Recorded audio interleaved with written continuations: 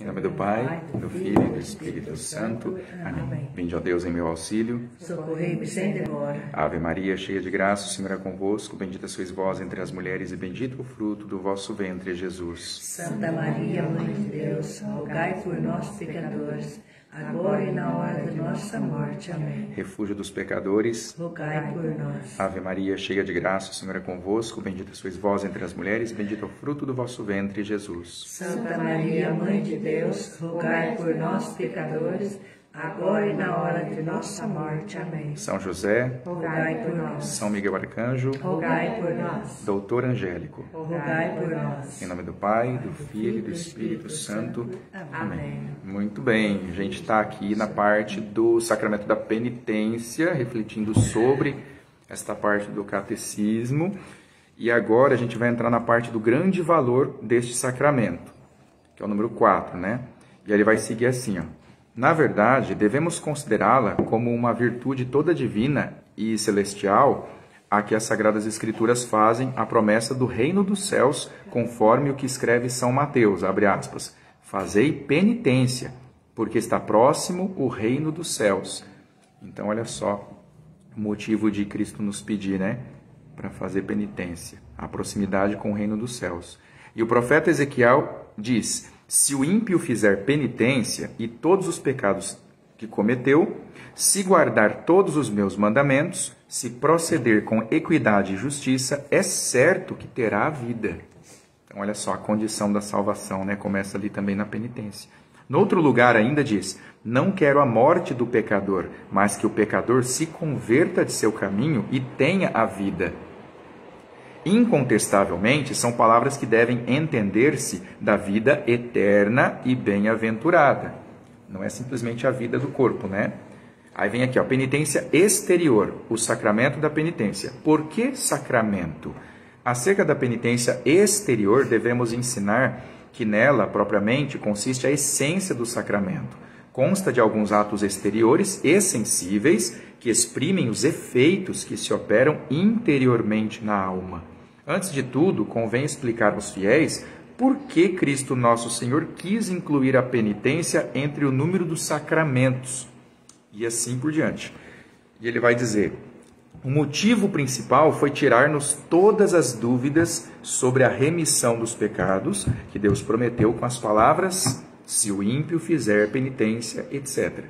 Realmente, se assim não fosse, muitas dúvidas ficariam a respeito de nossa penitência interior, pois ninguém pode, e com razão, fiar-se da maneira de ajuizar pessoalmente as suas próprias ações. Então, olha a necessidade do sacramento, né?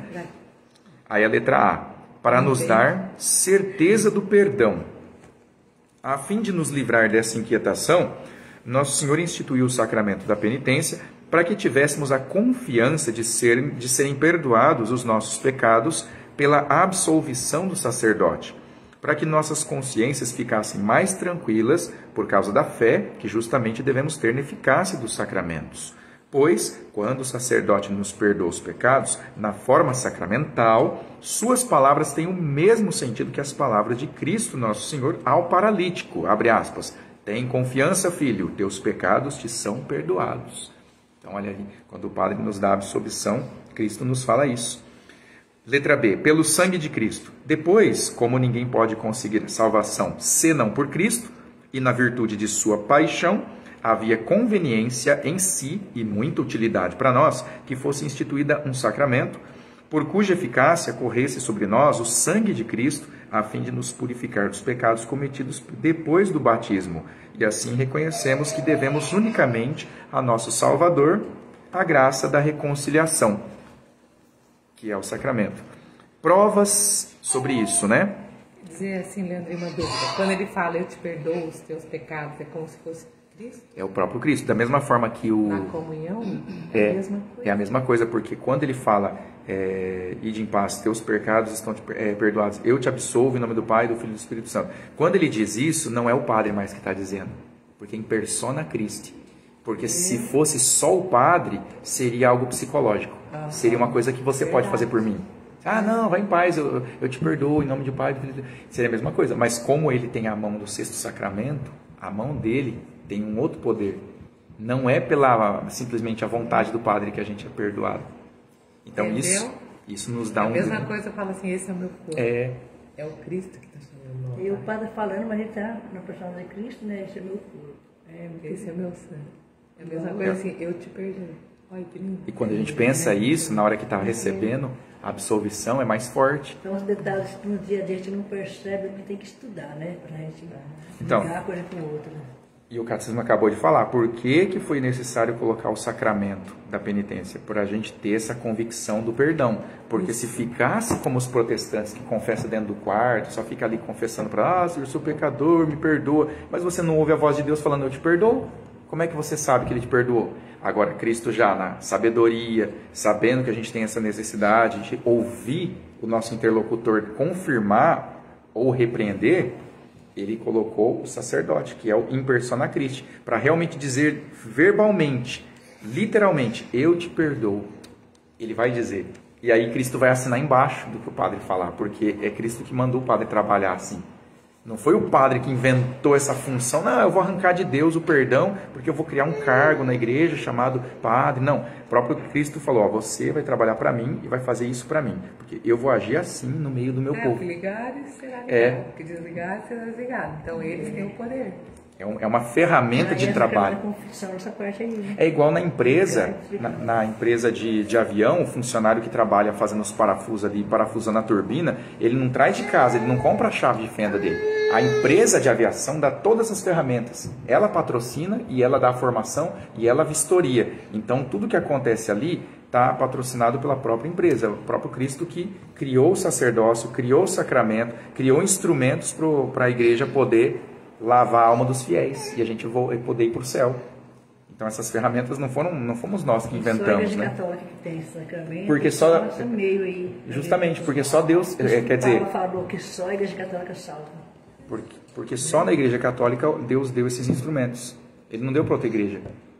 Porque você fala, mas o protestante fala de Cristo também, tá? Mas Cristo não fundou o protestante. Ela é uma separação. Dissidente. Já é um dissidente. E fala bonito, Jesus fala bem o Evangelho, né? Dá dó. Porque Parente que a gente ama, tá nessa religião aí. então, é uma questão objetiva, né? E aí, ó, essa prova, a primeira prova é um verdadeiro sacramento. Não é um símbolo simplesmente, ó. Sendo assim, qual é a conclusão que a gente tira? A primeira aqui, ó. Nenhuma dificuldade terão os padres em demonstrar que a penitência é um sacramento. O batismo é sacramento, porque apaga todos os pecados e, de modo particular, o pecado original. Ora, pela mesma razão, a penitência deve chamar-se sacramento, em sentido próprio e verdadeiro, pois tira todos os pecados cometidos depois do batismo, quer por desejos, quer por obras.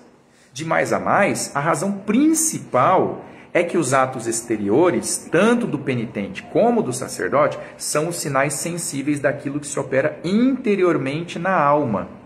Quem, pois, poderia duvidar de que a penitência não tem o caráter próprio de verdadeiro sacramento?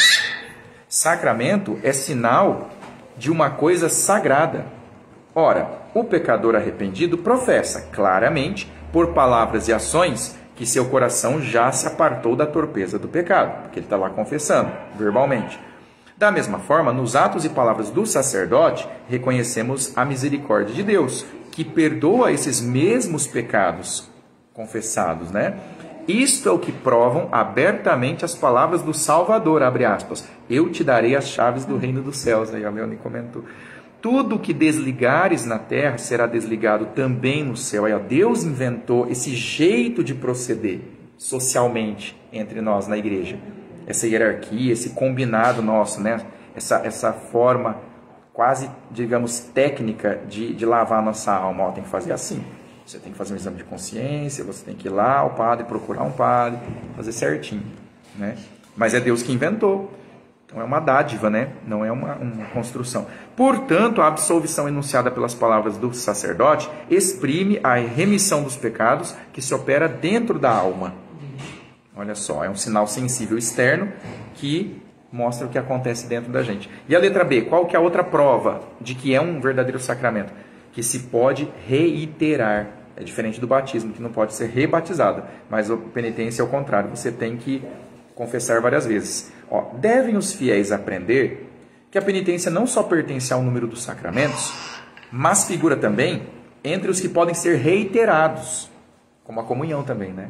Quando Pedro perguntou se podia dar o perdão a um pecado até 7 vezes, Nosso Senhor retorquiu-lhe: eu não te digo até 7, mas até 70 vezes 7.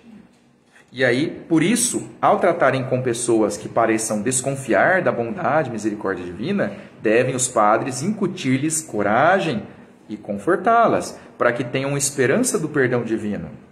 Será fácil de consegui-lo se desenvolverem esta e outras passagens tão frequentes nas Sagradas Escrituras, se recorrerem também às razões e argumentos que se encontram na obra de São João Crisóstomo sobre os que prevaricaram e nos livros de Santo Ambrósio sobre a penitência. Então bem falou, né, sobre esse assunto. Aí tem a matéria e forma, como todos os outros sacramentos. Qual é a matéria e qual a forma da penitência? Ó, primeiro sobre a matéria. Como o povo cristão deve mormente conhecer o que diz respeito à matéria deste sacramento, cumpre adverti-lo que, neste ponto, vai uma grande diferença entre este e os demais sacramentos. Nos outros sacramentos, a matéria consta de alguma coisa física, natural ou artificial. Porém, no sacramento da penitência, conforme o definiu o Concílio de Trento, há uma quase matéria constituída pelos atos do penitente, ou seja, a contrição, a acusação e satisfação. Estes atos chamam-se partes da penitência, porque da parte do penitente são necessários por instituição divina para que haja integridade do sacramento e perfeita remissão dos pecados. Então, o penitente que traz essa matéria. Não é o padre, é o penitente, né? Igual no casamento, mais ou menos, né? São os nubentes que trazem a validade do matrimônio, porque é eles que se consagram em matrimônio ali, não é o padre. São eles, né? Os ministros do sacramento do matrimônio são os nubentes, noivo e a noiva. Então, ó, o Sagrado Sínodo dá a estes atos, né, a acusação, a contrição e a satisfação, o nome de quase matéria. Não porque não tenha o caráter de verdadeira matéria, mas porque não são matéria de aplicação exterior, como a água do batismo e o crisma da confirmação. Não dá para ver e apalpar. A contrição é dentro do meu coração. Então vem de mim. Só Deus está vendo e o padre está ouvindo, mas materialmente não tem. Então é quase matéria. Teve vez que o padre já negou da absolvição da pessoa, porque ela foi lá se confessar e ela parece distante, né? Ela estava falando que foi um benzedor. Aí o padre perguntou se ela ia parar, falou que não ia poder parar. Aí o padre falou, então você está confessando o pecado, você vai continuar fazendo. Então, mas aí o padre não deu absolvição para ela. É correto, porque ele não tem motivo de confessar o que não está arrependido. É. Vai dar absolvição do quê? Cadê a contrição, né? Não tem contrição. Parar. Então, Nossa, se arrependeu. a sorte que ela falou ainda, porque se ela tivesse omitido, ela teria recebido o sacramento profanando, e aí teria pesado mais sobre ela ainda. O padre devia ter perguntado, você vai parar de ir? Deve ter perguntado, Então, ó, outros asseveram que a matéria deste sacramento, da penitência, são os próprios pecados. No fundo, tal opinião não difere da doutrina exposta se a considerarmos com mais atenção. Assim como dizemos que a matéria do fogo é a lenha, que a ação do fogo consome, assim também há razão de chamarmos matéria deste sacramento aos pecados que são destruídos pela penitência. Aí vem a forma, essa é a matéria, né? Os pecados, a contrição, a acusação e a satisfação. Agora, a forma, primeira coisa, qual que é o teor da forma? Os pastores, os padres, não deixaram tampouco de explicar a forma, pois tal conhecimento só pode levar os fiéis a receberem com a máxima devoção a graça deste sacramento. A forma é a seguinte: eu te absolvo, etc. Estriba-se, é verdade, nas célebres palavras: tudo o que desligares sobre a terra será desligado também nos céus. É aí que está ancorado, né, essa autoridade do padre. Mas, em seu teor, nós a recebemos da própria doutrina de Cristo Nosso Senhor, conforme reza a tradição dos apóstolos. Então, é uma prática tradicional também. Aí, letra B, da forma: seu efeito.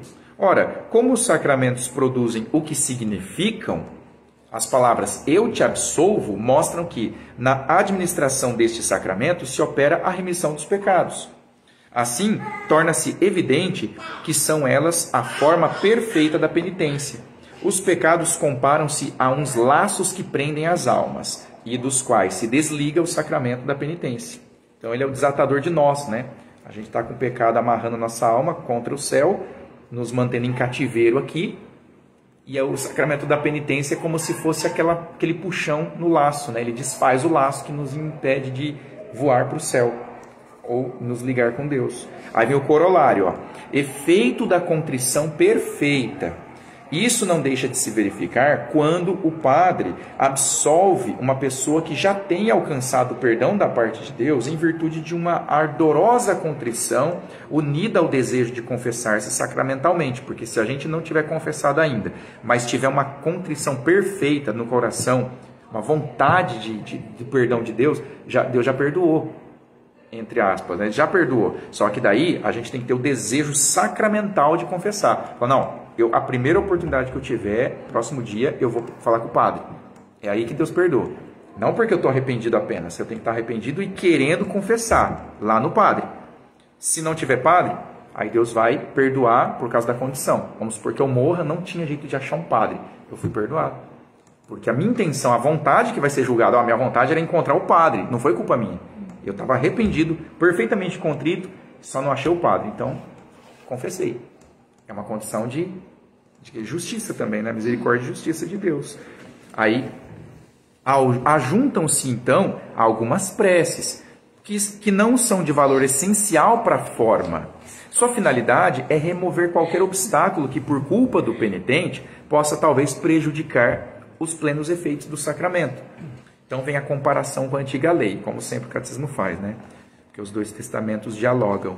Então, sobejas razões têm os pecadores para render infinitas graças a Deus, porque outorgou tão amplos poderes aos sacerdotes da igreja. Já não acontece como na antiga lei, que os sacerdotes só testemunhavam se alguém estava realmente livre de sua lepra. Só isso. Agora, na igreja, os sacerdotes não têm apenas o poder de declarar que alguém está absolvido de seus pecados, mas são eles próprios que os absolvem na qualidade de ministros de Deus. Então, eles não são testemunhas, terceirizando. Olha, você não me parece que você não tem culpa nenhuma. Então, fica assim. Agora não, agora ele fala, não, eu tenho a chave na minha mão. Eu que te desencarcero. Você está preso, eu te solto. Então, não precisa pedir para outra pessoa. O padre já vai ser esse libertador, porque ele está em persona Christi. Olha que interessante, né? Por isso que o catecismo acabou de falar. A gente tem muitas razões para agradecer a Deus por ter feito isso por nós. E aí ele diz, agora, né, a igreja, este efeito vem do próprio Deus, que é o autor e doador da graça e da justificação. Então vem dele. Aí vem as cerimônias agora. Ponham os fiéis todo o empenho em observar as cerimônias que acompanham este sacramento. Desta forma, se gravarão mais profundamente em seus corações os frutos que alcançam mediante o sacramento, ou seja, a reconciliação de servos com o mais bondoso dos senhores, ou antes, de filhos com o melhor dos pais. Assim também reconhecerão com menor esforço, ou seja, vai ser mais fácil reconhecer o que lhes incumbe fazer, se quiserem, e todos o devem querer, mostrar-se gratos e reconhecidos por tão grande benefício. Olha aí, posição do penitente, como que é isso? Quem está, portanto, arrependido de seus pecados, prostra-se humildemente aos pés do sacerdote, para que esse ato exterior de humildade lhe faça reconhecer como é necessário arrancar da alma todas as raízes do orgulho, de onde nasceram e vingaram todos os pecados que agora lamenta. Então, a primeira coisa que vai visivelmente afrontar o orgulho, tentar combater o orgulho, é prostrar-se. Porque o orgulho é altivo, ele se levanta. O símbolo do orgulho é um peito para frente e um queixo levantado. E a humildade é a cabeça abaixo e o joelho no chão. Então você se ajoelha diante do sacerdote para mostrar primeiro para você mesmo, a sua consciência e seu coração. Ó, eu me humilho, tenho que me humilhar, porque eu não posso ter orgulho. Então, ó, posição do sacerdote agora. No sacerdote que se conserva sentado, como seu legítimo juiz, que é a pose simbólica do juiz, né? Venera ele a pessoa e o poder de Cristo nosso Senhor. Pois, na administração da penitência, como dos demais sacramentos, o sacerdote exerce o ministério de Cristo. Tá aí a posição dele, né? Então, prostrado para o fiel, sentado como juiz do sacerdote. E o modo de acusação? Como que a gente tem que nos acusar? Depois, o penitente enumera os seus pecados, é uma contabilização, né? Enumera os seus pecados, mas de maneira que se reconheça digno do maior e mais duro castigo e pede com instância o perdão de seus delitos. Nas obras de São Dionísio, encontram-se testemunhos formais de que todas estas práticas são antiguíssimas. Então, esse é o modo de acusação, né? Aí vem os efeitos da confissão. Nada será mais útil aos fiéis, nem lhes proporcionará maior alegria em receberem o sacramento da penitência, do que a frequente explicação que os párocos façam de suas inestimáveis vantagens para as nossas almas. Então a gente lucra muitas coisas ao confessar, né? Não é só um dever. Tem sempre o lucro, o sacramento. Eles verão com quanta verdade se pode dizer da penitência que as suas raízes são amargas, mas os seus frutos extremamente doces. Aí vem a graça e a amizade de Deus. Primeiro lucro, né? Quem não vai querer ser amigo de Deus? Amigo do rei, amigo do dono da festa, amigo do dono da toda a mansão. Quem que não vai querer ser amigo, né? Imagina. Toda a virtude da penitência se resume em reconciliar-nos com Deus, a essência da penitência, e unir-nos a Ele pela mais íntima amizade. Em pessoas piedosas que recebem este sacramento com santas disposições, tal reconciliação costuma não raro produzir profunda paz e tranquilidade de consciência, acompanhada de inefável alegria espiritual. E também tem o perdão dos mais graves pecados. Claro, de mais a mais não pode haver delito tão grave e abominável que não seja apagado pelo sacramento da penitência, por sinal que não só a primeira vez, mas também a segunda e outras vezes mais. Disso nos falou o Senhor, pela boca do profeta, abre aspas, se o ímpio fizer penitência de todos os pecados por ele cometidos, se observar os meus mandamentos, se proceder com equidade e justiça, terá a vida e não morrerá. Ou seja, vai para o céu e não irá para o inferno, que é a morte de que ele está falando aqui, né? De todas as iniquidades que praticou, não guardarei lembrança. Olha, para ouvir isso de Deus, que tem todo o direito, todo direito ele tinha de lembrar do que a gente fez, todo direito, porque a gente é muito mesquinho, né? Quando alguém faz uma coisa muito escabrosa contra a gente fala, nunca vou perdoar, não vou esquecer nunca mais o que você fez comigo. Assim. A gente é assim. E Deus, que tinha todo o direito de fazer isso com a gente, fala, não, o que você fez ofendeu a minha infinitude. Você é só uma ameba, uma coisa infinita. Quem é você agora para receber perdão? Mas ele mesmo disse, eu não vou me lembrar do seu pecado se você fizer isso. Olha a misericórdia. Tá bom, se você fizer isso, eu não vou lembrar. É como se fosse assim, eu devo mais do que eu posso pagar, mas aí a pessoa que é milionária falou assim, eu não vou mais colocar você na lista de débito comigo. Vou tirar o seu nome, se você fizer isso aqui para mim. Imagina, quem que não vai querer uma condição dessa? Falando, não, o que eu tenho que fazer para não dever mais para você? Porque você está devendo 300 trilhões de dólares. E aí, como é que você paga isso? Aí o cara fala assim, não, se você me pedir desculpas, só isso, você me pedir desculpa, eu não se arrepender, você não vai fazer mais isso que você fez? Se você fizer isso, eu tiro sua dívida. Imagina, ouvir isso, né? Uma dívida dessa, a pessoa... Tem muita gente que se matou por muito menos, né? Que a gente vê na cidade, aí pessoa que se enforcou por causa que boleto... Tem a parábola, aquela lá, né? Que o cara, o funcionário devia... E o patrão perdoou. E daí tinha um outro que devia para ele não perdoou. E daí assim, a gente não faz isso, né? Deus perdoa a gente e a gente não perdoa o próprio. Não vai nosso, né? Perdoar nossos pecados assim como nós perdoamos. Nossas dívidas e os nossos essa devedores. Daí é a parábola do sacramento. É a parábola do sacramento, é verdade. Ela vai frontalmente, né, explicar isso. Então, o perdão dos mais graves pecados, está falando aqui. Tem gente que acha que tem pecado que não tem perdão, assim. Se a pessoa estiver arrependida, mesmo arrependida, não tem perdão. Tem gente que acha isso. Fala, não, a condição do perdão é o arrependimento, a contrição perfeita ali, né? Contrição e a expiação. Já vi gente dizer que tô cansado de ir lá confessar o mesmo pecado. Fui lá, confessei, caiu de novo. Agora cai de novo, não estou querendo ir mais lá, não. Eu cansado, já confessei demais esse mesmo pecado, eu não consigo sair dele. Ou seja, aí que está a falta de conhecimento do que é o sacramento da penitência. Porque se conhecesse, saberia que deveria ter muito mais alegria em saber que, se for lá de novo, vai apagar de novo. É, eu estou lembrando disso aí. Eu aprendi assim que aqueles pecadinhos pequenininhos que a gente quando vê já cometeu, então que a gente tem que fazer um propósito assim de tipo, esse ano eu vou excluir um da minha vida. E daí fazer um propósito daquele ano não cometer, daí você começa eliminando. Os vícios, a gente pega vício e faz aquele pecado e aí, né? Porque se quer acabar com tudo uma vez é difícil, então um propósito de um por ano fica mais fácil. É o que Santo Inácio ensinou para São Francisco Xavier, quando os dois estavam dividindo o quarto lá. Aí ele ficava estudando as operações aristotélicas, o Francisco Xavier, e Aristóteles, o Santo Inácio de Loyola ficava ali fazendo penitência, rezando. Aí um dia São Francisco Xavier, enquanto ele não era santo ainda, ele perguntou: mas o que você fica fazendo aí? Ele falou: vamos fazer um trato, você me ensina aí as operações de Aristóteles para eu entrar na escola que eu preciso, e eu te ensino um exercício para você se arrepender dos seus pecados e não pecar mais. Aí ele pegou um caderninho e falou assim: você vai fazer um risquinho toda vez que você cometer aquele pecadinho lá. Você faz um risquinho no caderno, assim. Aí, só de fazer o risquinho, ele já está tendo que se concentrar no pecado dele. Aí, na outra semana, ele notou que o número de risquinhos tinha aparecido uma cerquinha. No outro dia, essa cerquinha estava menor, na outra semana. E na outra semana, ela é menor ainda, sem fazer outra coisa. Só de ficar pensando nesse pecado. Nossa, eu estou fazendo isso, fiz de novo, que droga, fiz de novo. Aí ele começou a se induzir a arrepender. Eu não posso fazer isso de novo. Aí na outra... Era 10, foi 9, foi 7, foi 5. São Francisco Xavier? Em grande santo. Foi o primeiro discípulo. Cemitério na Índia. Então. O santo que ficou, né? E Santo Inácio de Loyola que teve essa intuição de, o pecadinho a gente vai cortando assim, vai podando ele até ele morrer.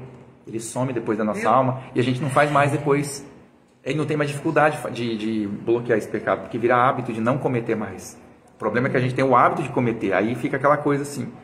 Fica um pecado venial, mas que se a gente não cuida, ele vira um arbusto, né? Daqui a pouco vira uma árvore. Aí ele tapa o sol que é Cristo. Aí a gente já está no escuro de novo, já está no pecado mortal. Perigoso, né? Então todo pecado tem perdão desde que tenha a contrição. Ó. Então disso falou Nosso Senhor: se o ímpio fizer penitência, vai ser perdoado. E São João diz assim: se confessarmos nossos pecados, Deus é fiel e justo para nos perdoar nossos pecados. E logo acrescenta: se alguém pecou, o apóstolo não exclui, pois, nenhuma espécie de pecado. Temos junto ao Pai um advogado, Jesus Cristo, o justo. Ele é a propiciação pelos nossos pecados. E não só pelos nossos, mas também pelos pecados do mundo inteiro. Então não tem desculpa, né? A gente tem a porta para o céu, só que tem que ir lá. Ó, corolário. Quanto e por que não há perdão? Quando? Quando e por que não há perdão? Aí vai aqui para explicar. Quando lemos nas Escrituras que alguns homens não conseguiram do Senhor nenhuma misericórdia, apesar de a terem pedido com instância, devemos entender que tal aconteceu porque eles não tinham verdadeiro e sincero arrependimento de seus pecados. Não é porque eles pediram e Deus negou. Tá vendo? Tem que explicar, porque tem gente que lê. Ele conhece os corações. Ele sonda. Ele vê tudo. E ele vai falar assim que sabe que você teve certeza que você foi perdoada na confissão, aí fica meio, né, fica difícil, fica meio com medo, né? Aí fica... Depende da nossa... A gente tem que ter a esperança. Porque a fé é esperança e caridade. Então, quando a gente sai do confessionário, a gente sai com a esperança do perdão de Deus. Pelo dom da esperança, que é teologal, um dom é uma virtude teologal. Não pode ter certeza que foi perdoado, então? Você não pode sair de lá assim, por exemplo, também e falar assim, ó, eu sou um justo agora. Agora eu sou alguém com aquela consciência que é uma linha muito tênue do orgulho, de você se auto-justificar. Não é você que se justifica, é Deus que te justifica. Então, quando alguém tem aquela pegadinha dos teólogos, né, fala assim, você tem pecado? Aí ele fala assim, se eu disser que eu não peco, eu estou mentindo. Se eu disser que eu peco, eu estou mentindo. Se eu disser que eu não peco, eu também estou caindo numa presunção. Então eu fico numa sinuca de bico. Então tem que jogar para Deus. Assim, Deus é meu juiz, não sou eu. Ele é o meu juiz. Porque tem até a Escritura falando assim, ninguém pode ser juiz de si mesmo. Ninguém pode dar... Nosso Senhor mesmo falou várias vezes, quando os fariseus interpelavam, aí ele falava assim, quem dá testemunho de si mesmo não é digno de confiança. Mas... vocês podem ver o que eu falei, o que eu fiz e o que os outros estão falando por aí. Os cegos estão vendo, os paralíticos estão andando. Então, por que vocês não creem? Não é um testemunho próprio dele. Ele não está falando assim, eu sou Deus e vocês têm que me ouvir. Nem o próprio Deus fez isso. Ele quis que a gente seguisse o caminho da humildade. Exatamente. Aí aqui. Então, outros sim, além disso, né? Quando nas Escrituras, nas Sagradas Escrituras, ou nos Santos Padres, ocorrem passagens em que parece afirmar-se que certos pecados não podem ser perdoados, nós devemos, por elas, entender que é muito difícil alcançar-se o perdão de tais pecados. É assim. Assim como uma moléstia é tida como incurável, se a pessoa atacada sente horror ao remédio, que lhe pode restituir a saúde, assim há também certa espécie de pecados para os quais não se dá nenhum perdão, porque levam a repelir o remédio próprio da salvação, que é a graça de Deus. Então é aquele tipo de pecado que você comete não querendo mais o perdão de Deus. Como é que Deus vai te perdoar se você não está querendo o perdão dele? É esse tipo de pecado aí que é sem perdão.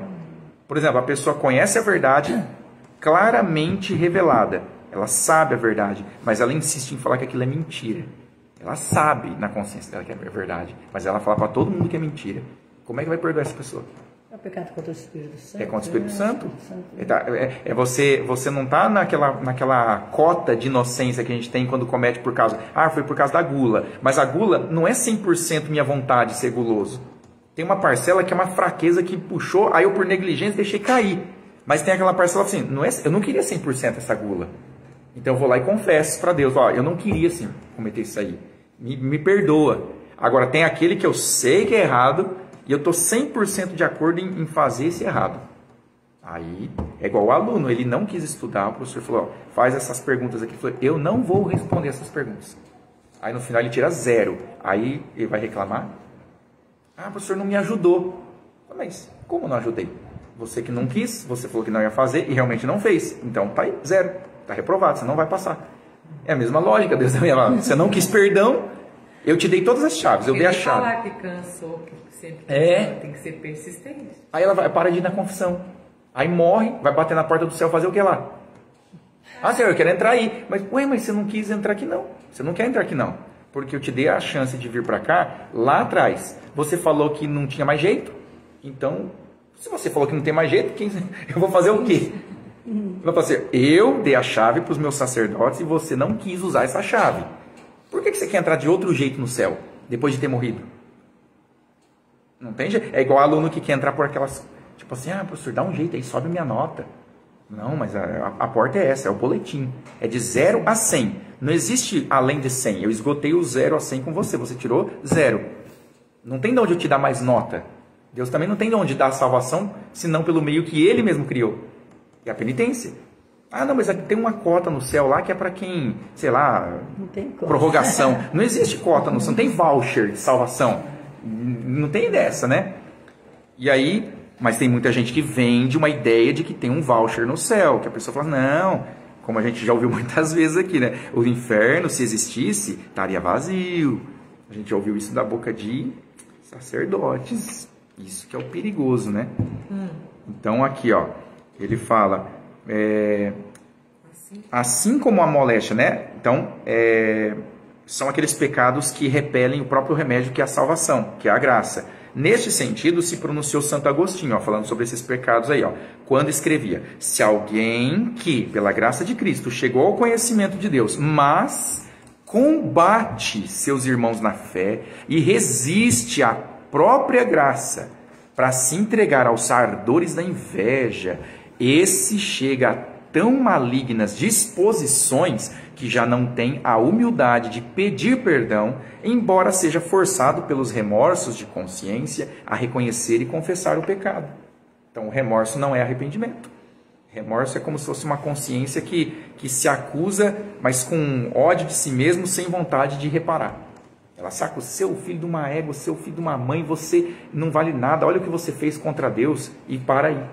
E não fica naquela assim, se arrepende, bate no peito, se ajoelha, não. Ela para na parte da acusação, que a gente viu na quinta passada, né? Do arrependimento humano, que é aquele arrependimento que não leva a Deus. É um arrependimento que a consciência fala, você fez errado. Aí a pessoa sente um mal-estar, a consciência acusa, ela até chora no íntimo dela, ou até fisicamente chora mesmo, mas não é um arrependimento que leva a Deus. Porque ela não está arrependida por ter ofendido a Deus. Ela está arrependida porque ela fez errado. Só. Ai, nossa, eu menti. Aí chora no quarto, chora no banheiro tomando banho. Porque Menti. De alguém, mas não pensa em Deus. Tem um monte de gente assim. A gente muitas vezes sente esse arrependimento. É um arrependimento antropológico, é humano. Porque a gente tem consciência, a nossa consciência sabe o que é certo e o que é errado. Então nem sempre o arrependimento ele é um ato penitencial. Às vezes você está chorando um arrependimento que é meramente psicológico, uma coisa que todo ateu sente, toda pessoa satanista sente, qualquer pessoa que está com o diabo sente. Porque quem é satanista também se arrepende. Eles fazem os atos penitenciais deles. Não, a gente tem que ir lá falar para a pessoa, pedir perdão para a pessoa, não sei o quê. Mas é diferente, não é um que liga a Deus, né? Desculpa, né? Perdão. Desculpa, foi mal aí, pisei na bola, né? Então tem a necessidade da penitência, né? Mas voltemos à penitência. A virtude de apagar os pecados lhe é tão própria que sem a penitência não podemos absolutamente alcançar, nem sequer esperar uma remissão de pecados. Não tem como. Pois está escrito, se não fizerdes penitência, todos vós perecereis da mesma maneira. Olha isso, hein? Isso é forte, fortíssimo. Aqui está em Lucas 13, versículo 3. Olha a condicional, se não fizerdes. Se não fizer, perecereis. Verdade é que Nosso Senhor se refere aqui aos pecados mais graves e mortais. Embora os pecados mais leves, ditos veniais, também careçam de alguma penitência, claro, né? Santo Agostinho já dizia, havendo uma espécie de penitência que na igreja se faz todos os dias pelos pecados veniais, ela seria completamente inútil se os pecados veniais pudessem ser perdoados sem penitência. Então, a penitência é necessária. Então, vem as partes integrantes da confissão. Qual que é, né? Primeira explicação. Em matéria de aplicação prática, como esta, não bastam as explicações genéricas. Por isso mesmo devem os padres entrar em todos os pormenores necessários para que os fiéis possam ter uma compreensão da verdadeira penitência e de seus efeitos salutares. A gente tem uma compreensão muito rasa da penitência. Catequese, ela nem chega nessa parte aqui. A gente só acha que tem que chegar no padre lá e falar, padre, eu pequei, fiz isso e acabou. Mas não fala de nada disso que a gente está lendo aqui. Que é o raio-x da alma, né? A gente tem que bater um raio-x da consciência. Falar, eu vou entregar para o padre ali e não quero fazer mais isso. Estou com o propósito de não voltar. Ora, além da matéria e forma que ocorre em todos os sacramentos, é próprio deste sacramento da penitência ter também aquelas partes já mencionadas, que constituem, por assim dizer, a perfeita integridade da penitência. Ou seja, contrição, acusação, satisfação. Então, a contrição é quando você moe o seu coração na humilhação, né? Você se humilha com sinceridade, querendo destruir aquele pecado pelo arrependimento e através do sacerdote. A acusação é você publicar para o padre. Você acusa, eu não vou manter em segredo isso aqui, eu estou acusando. O que é acusar? É você apontar, fez isso, fez aquilo, não vou esconder, ele fez isso, ele roubou isso, ele roubou 3 galinhas. Não vou omitir nada. Então você tem que fazer isso, só que quem é o réu é você mesmo. Então você vai lá acusar, só que você mesmo, né? Você vai fazer assim, padre, esse aqui fez isso. Está arrependido. Estou arrependido, não vou fazer. E tem outra coisa, satisfação. Não adianta chegar lá e falar que fez, ter a contrição, se você não tem... O que você vai fazer em nome disso? O que você vai fazer? Aí a ajuda da igreja vem o padre e fala, por causa disso você está perdoado e para expiar você vai fazer isso aqui agora. Você vai dar uma cesta básica, você vai rezar tantas orações, tal oração, você vai fazer isso, você vai na Santa Casa, vai visitar um doente, você vai fazer alguma coisa que é a satisfação. Delas fala São João Crisóstomo, nestes termos, a penitência impele o pecador a suportar tudo de boa vontade. Por isso que os santos eram mansos. Eles sabiam disso, né? Tem que dar essa penitência pra gente, né? Mas do jeito Parece que dá essa penitência pra gente, né? Qual penitência? Dependendo do pecado que a gente fez, ele fala assim, vou mandar ela fazer isso. Eles estão usando... As 2 últimas vezes que eu fui, eles me deram penitência sim. Você vai fazer uma boa ação para uma pessoa, uma caridade para uma pessoa. Então estamos lendo. Você vai rezar pela conversão da sua família, das famílias. Quem manda rezar uma Ave Maria, um Pai Nosso? Depende muito. Não, mas mudou. Mudou, né? Em seu coração está o arrependimento, diz São João Crisóstomo, né? Em seu coração está o arrependimento. Em sua boca, a acusação. Então, a contrição está no coração. A acusação tem que publicar, tem que falar, verbalizar.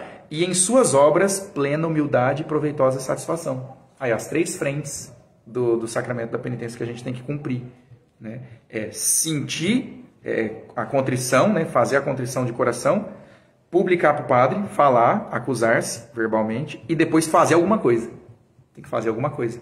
Não pode ficar de braços cruzados, né? Me dá absolvição aí, padre, eu vou embora. Tá tudo certo, fecha a conta, passa a régua aí. Não é assim também, né?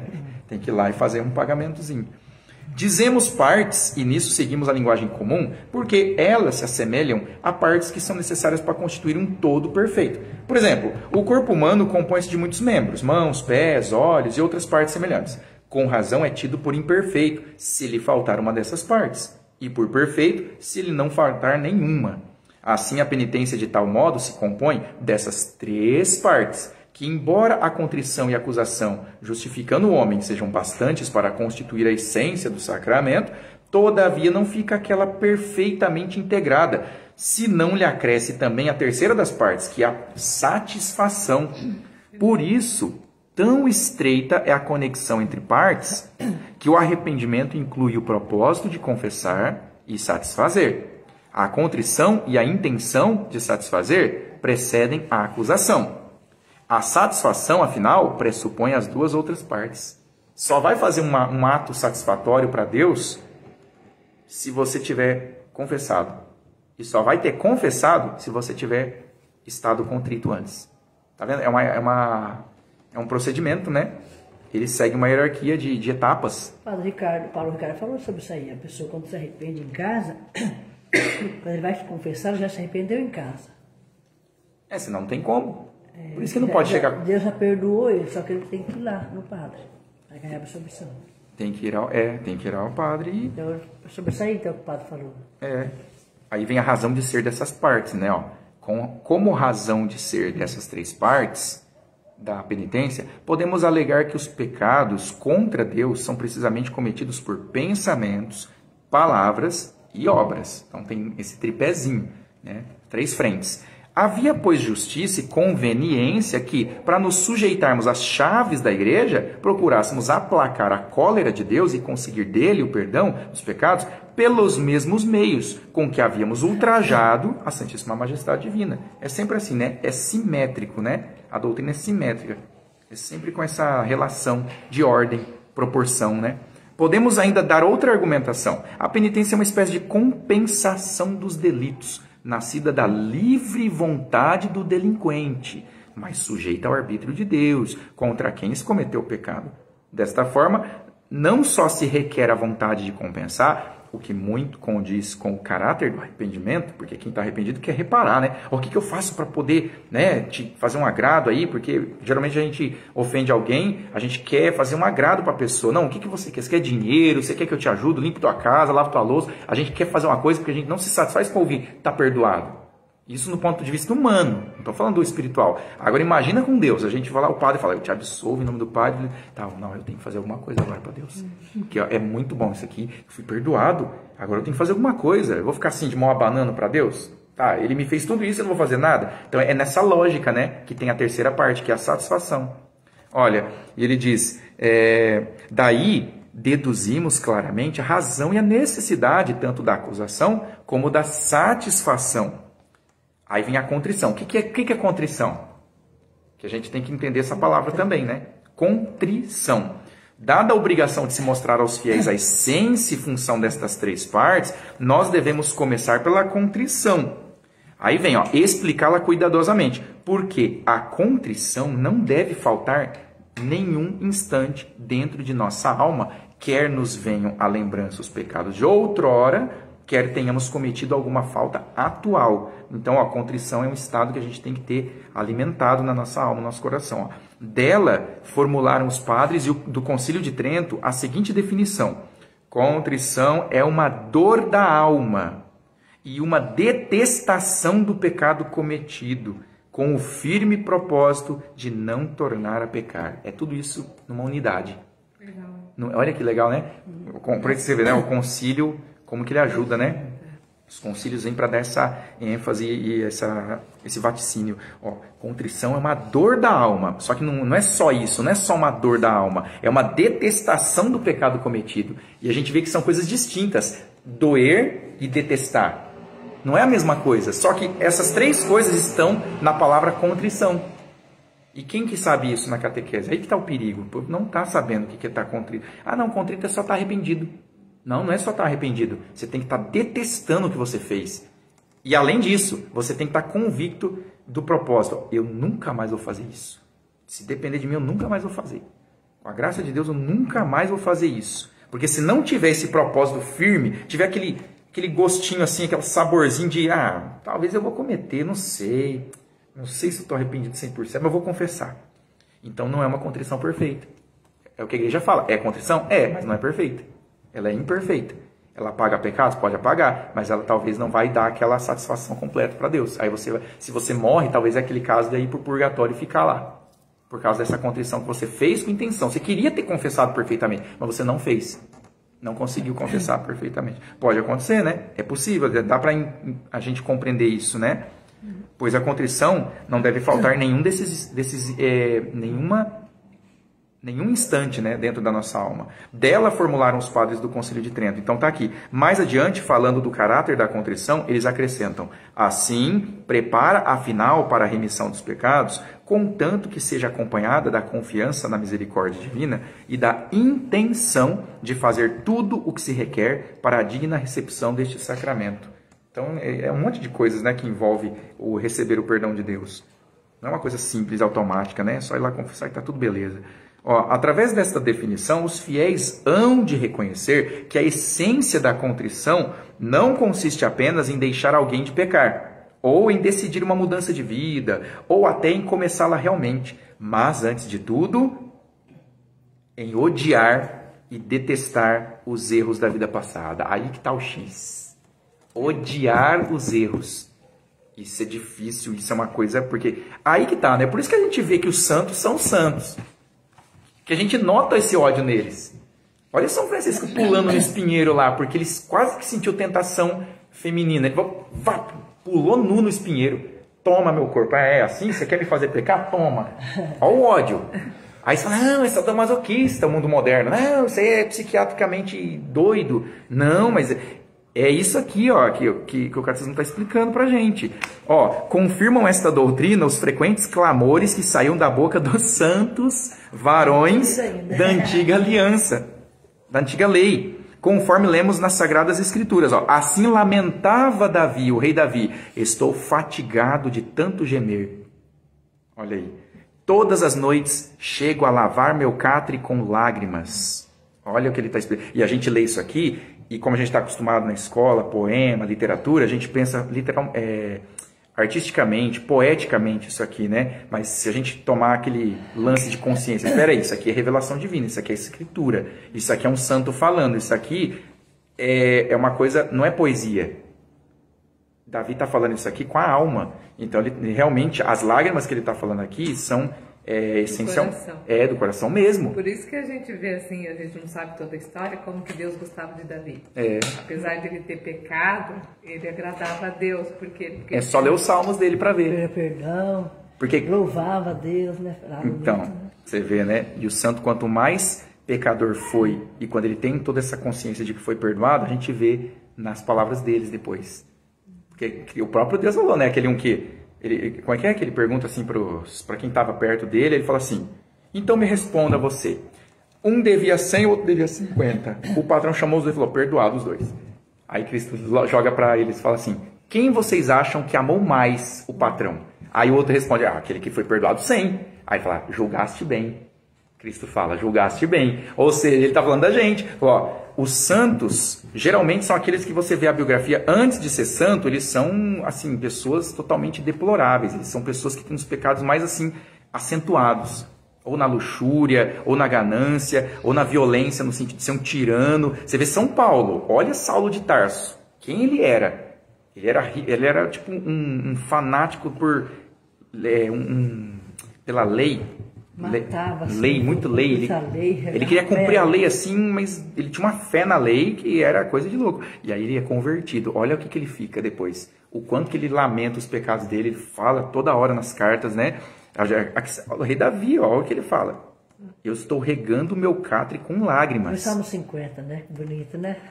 Arrependimento Pegar da mulher Beta saber. Deixa eu ver que salmo que é esse aqui, ó. 558 é o Salmo 6. Ó, é o versículo 7 do Salmo 6. E depois ele ainda fala no outro salmo, ó, no mesmo salmo, só que no versículo 7. O Senhor escutou o clamor do meu pranto. Aí, ó.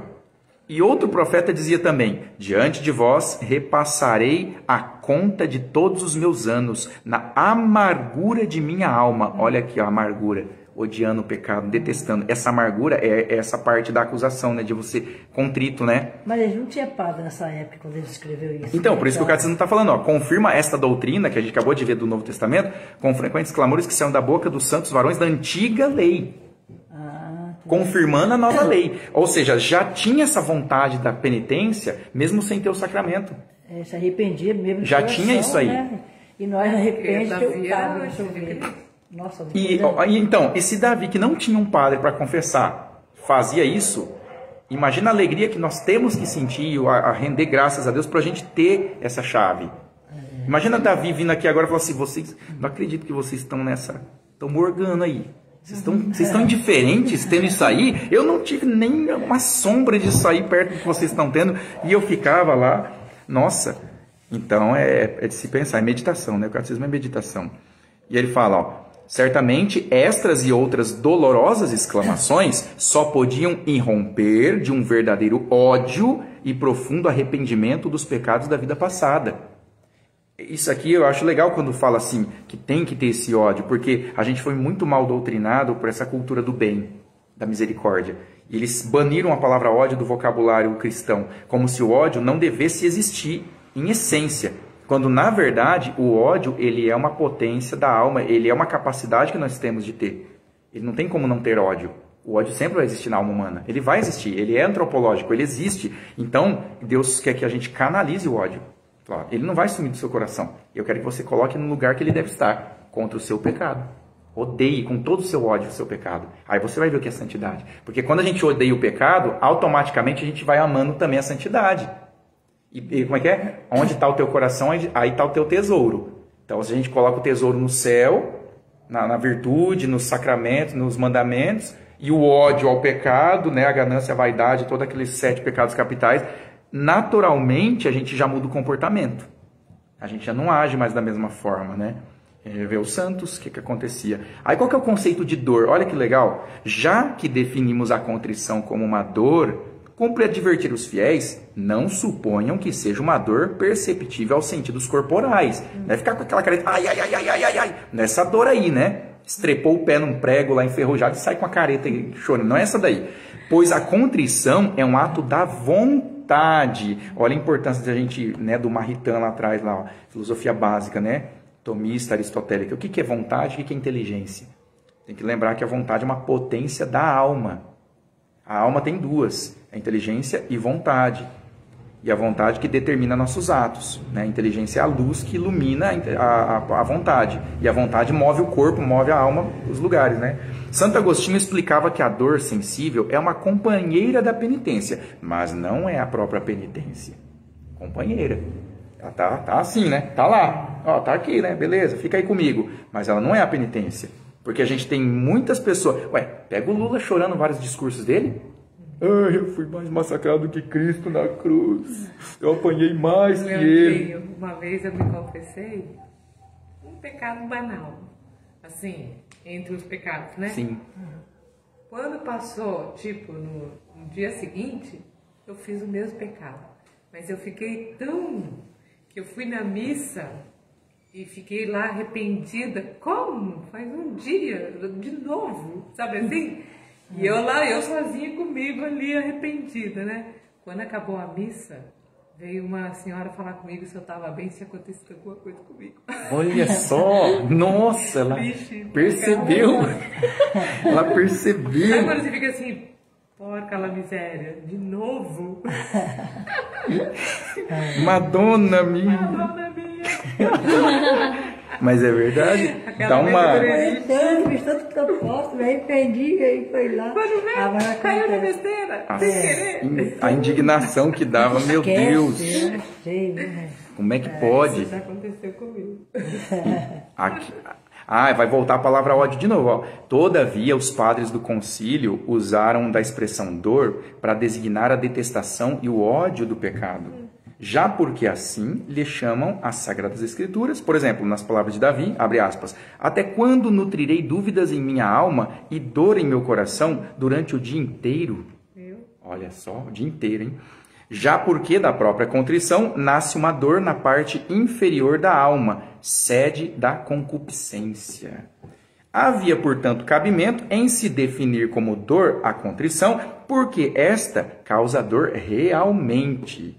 Como manifestação dessa dor, costumavam os penitentes trocar as suas vestes. A tal costume alude Nosso Senhor no Evangelho de São Mateus. Ai de ti, Corozaim, ai de ti, Betsaida, pois se em Tiro e na Sidônia fossem operados os milagres que se efetuaram no meio de vós, desde muito teriam já feito penitência no silício e na cinza. Cadê que a igreja que inventou penitência? O próprio Deus falando aqui. Ele mesmo dando exemplo, ó, vocês teriam feito aquela penitência assim, assim, assado. O próprio Cristo falando. Ah, aí veio o pastor protestante. Não, a igreja inventou esse negócio de penitência sadomasoquista aí para oprimir a consciência do povo, tirar a liberdade. É incrível. Aí, qual que é o conceito de detestação? Ó, há muita propriedade em chamar contrição a detestação dos pecados de que estamos tratando. Por quê? O termo exprime perfeitamente a ação violenta dessa dor. Baseia-se numa analogia tirada das coisas materiais, que são inteiramente trituradas por meio de uma pedra ou de um outro objeto mais duro. Aí vem a palavra contrição, contristare, né? Assim também deve a força do arrependimento contundir e triturar os nossos corações, que a soberba deixou empedernidos. Olha que analogia perfeita. O coração, até tem um salmo, uma passagem que fala, tirai-me o coração de pedra e dai-me um coração de carne. Na Escritura. Então quer dizer que a contrição é uma analogia com isso. O nosso coração no pecado ele vai ficando duro, duro, duro. Aí a insensibilidade com o próximo, insensibilidade com Deus, com o sagrado, com tudo. Aí no arrependimento aqui do sacramento, na contrição, a gente moe esse coração.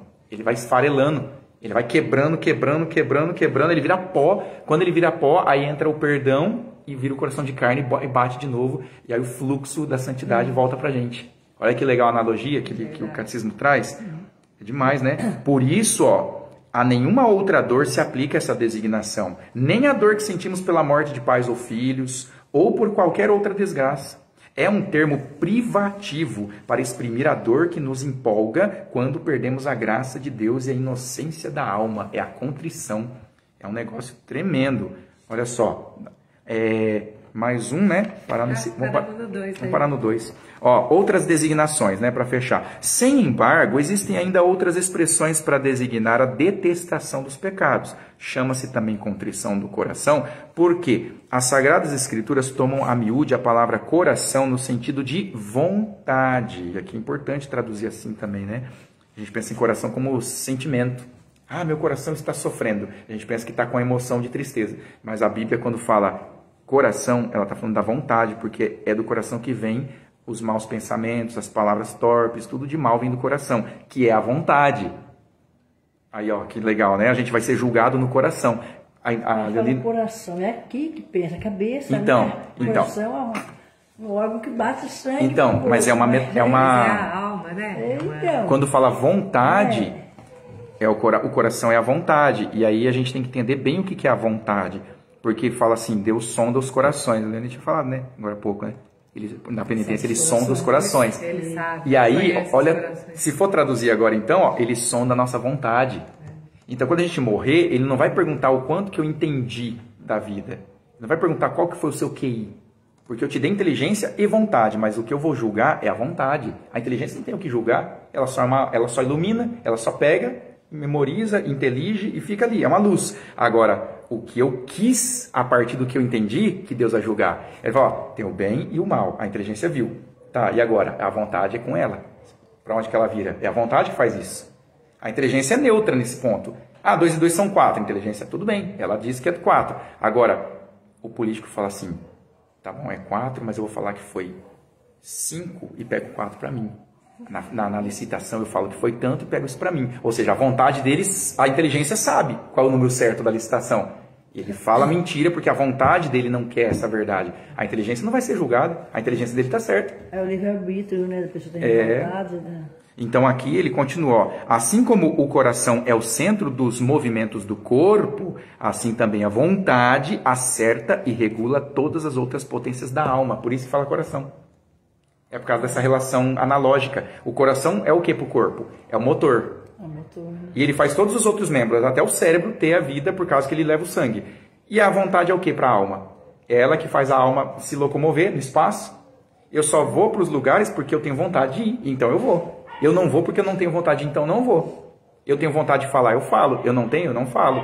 Ou então... É como se a gente falasse assim, corpo, alma e espírito. Então tem o corpo, a alma, que é o coração, que é os sentidos, que é a vontade, que é os sentimentos, e o espírito. E como Adão pecou, as três ficaram divorciadas. Aí vira uma bagunça. A inteligência entende, a vontade não quer. A vontade quer uma coisa, mas a inteligência fala, mas esse aqui é mais esperto, não sei o quê. Você tem isso aqui também. Então fica esse jogo de discrepância das potências, né?